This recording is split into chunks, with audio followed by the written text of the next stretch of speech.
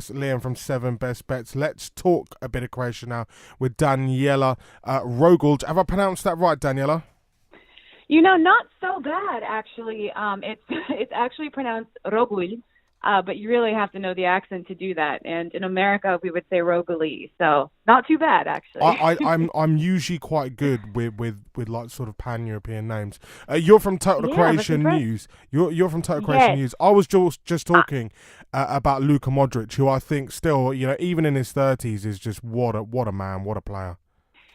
he has to be one of the most brilliant players ever. There's something about the way that he conducts the pitch and just composes each game that is unlike anything. And obviously he's going down as the greatest footballer in Croatian history. We know that, but really he in the world, one of the greatest midfielders ever, I have to think. I'll tell you what, the one man who's been causing some, not a bit of a stir, but he's been getting a lot of praise is Slaven Bilic, Croatian legend, for his Of brilliant course. punditry on ITV. He's been really fantastic. It's been good to see him Yep. back after the end at West Ham wasn't great for him. No, it wasn't great for him, and it's pretty funny because I live in the city of Split, which is where the city he's from.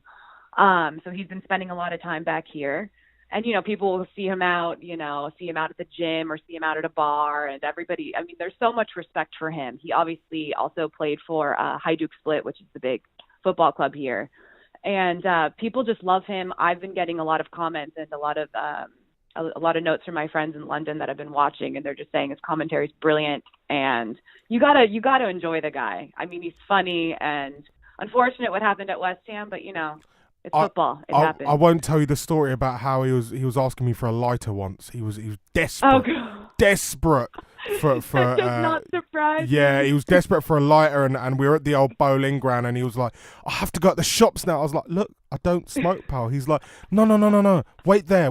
I'm going to go and find one. He disappeared for 15 minutes. He ended up going to the shop on Green Street and going and picking himself one up. He's a brilliant guy. I don't know where that head of hair's appeared from either. I I, wonder where that's come from. you know what? I think everybody's a little bit suspicious about that, and nobody's really talking about it. So I don't know. There's definitely something fishy there, I'd have to say. 100%. But fair enough.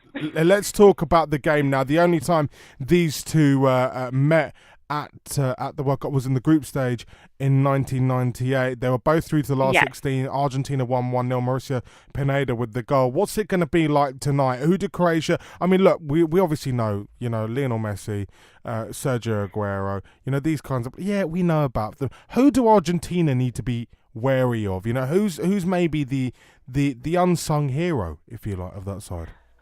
Well, the unsung hero. So the thing is, I mean, I think that Ivan Rakitic is going to have the game of his career tonight for Croatia, especially because, okay, he plays with Messi on Barcelona. I think he, out of everybody, will really just play flawlessly. And a lot of Croatian media has been saying that as well. Obviously, you expect Modric to have a brilliant game. He typically always does. Coach Dalic, we had Kramaric start against Nigeria, and brilliant young player that plays in the Bundesliga. But I don't think he's going to have him in the starting lineup tonight. He's going to bring in either Badel or Brozovic. I just read 2 minutes ago that he might change up the lineup there and put in a more defensive midfielder, although he still wants to play a very attacking game. It would be great for Mandzukic to do something, but I personally am all for Ante Rebic. I think he is a stellar player. He played so well against Nigeria. He was killing it in Bundesliga for Eintracht, and I would really like to think that that's going to be Croatia's unsung hero.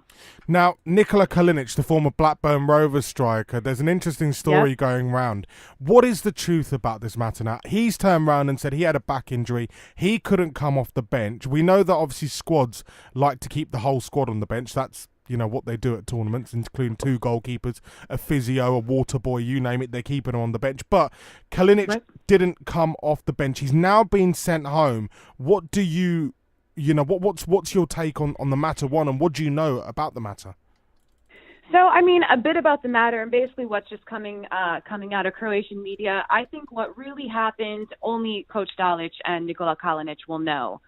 We do know that he refused to come onto the pitch in the Brazil friendly at Anfield. That was the first kind of strike. He complained of back pain. Okay, Dalic kind of let it go.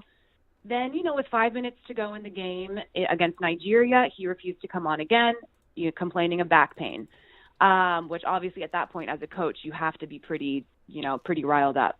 And then he refused to train on Sunday with the team, still complaining of back pain. It has been said that, Croatia's medical staff said that nothing was serious. He had no serious injury. He was cleared to play, perfectly fine to play. So we also heard, I don't know how much of this is speculation. I don't know how much of this is truth, but we also heard that, after the Brazil friendly, he was really upset that he did not he was not put in the starting 11 over Kramaric. And, okay, the player hasn't had the best year in Italy. He had a great Euros with Croatia in 2016, but this last year hasn't been great for him. And, we have a young squad with a lot of young talent coming in that are playing very well. And, Dalic already said he's not going to favor the veterans necessarily over these young kids because he has to kind of foster this talent that we have coming in. So I don't know if he really was upset of the fact that, a young player was starting over him. Fair. I think most people in Croatia are on Dalic's side and the decision he made. Obviously, it's unfortunate now that we have 22 players, and we better hope that Kramaric or Mandzukic stay healthy, or else things could get a little tricky here for Croatia. Really could. Daniela, best of luck to Croatia against Argentina this afternoon. I do hope you enjoy the game. Thank you very much for joining us this afternoon. It's Daniela Rogulj from Total Croatia News. This is Love Sport Radio.